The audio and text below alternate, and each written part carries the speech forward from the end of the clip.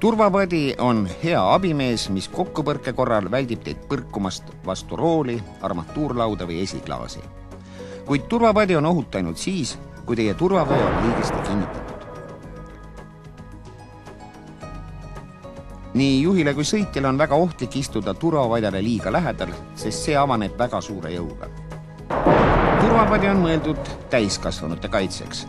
Seetõttu ei tohiks turvapadjaga varustatud kõrvalistmel olla alla 140 cm kasvuga sõitjaid.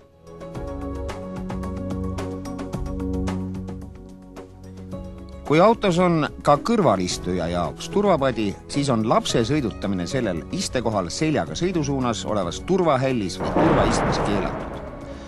Turvaiste ei talu turvapadi avanemisel tekkivat suurt jõudu ja selle tagajärjed on lapsele surmavad. Enne kui hakkate kasutama lapse turvaistet, tuleb turvapadi auto hooldusjaamas eemaldada või välja lülitada. Turvalist teekond.